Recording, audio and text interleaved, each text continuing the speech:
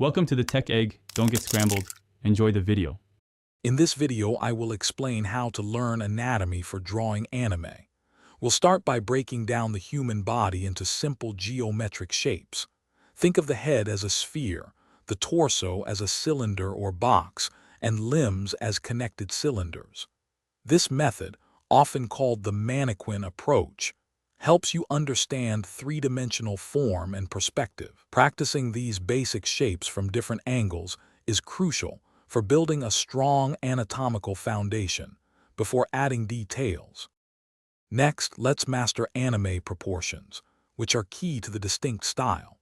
While realistic figures are often 7.5 heads tall, anime characters can range from 7 to 8 heads for adults, or even taller for heroic figures.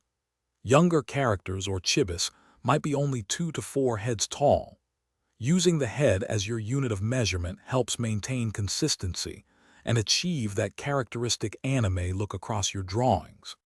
Now, we'll identify key anatomical landmarks.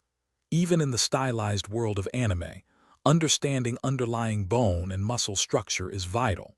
Focus on the rib cage, pelvis, and major joints like the shoulders, elbows, and knees. These points act as anchors for your drawing, ensuring your characters feel solid and believable. Knowing where muscles attach and how they affect the surface will greatly improve your dynamic poses and overall anatomical accuracy. Finally, consistent practice and smart use of references are paramount. Dedicate at least 30 minutes daily to sketching figures and studying anatomy. Use real-life photos, anatomical diagrams, and even your favorite anime art as reference points. Don't just copy. Try to understand why certain lines are drawn. Experiment with different poses and angles to solidify your understanding and develop your unique artistic voice.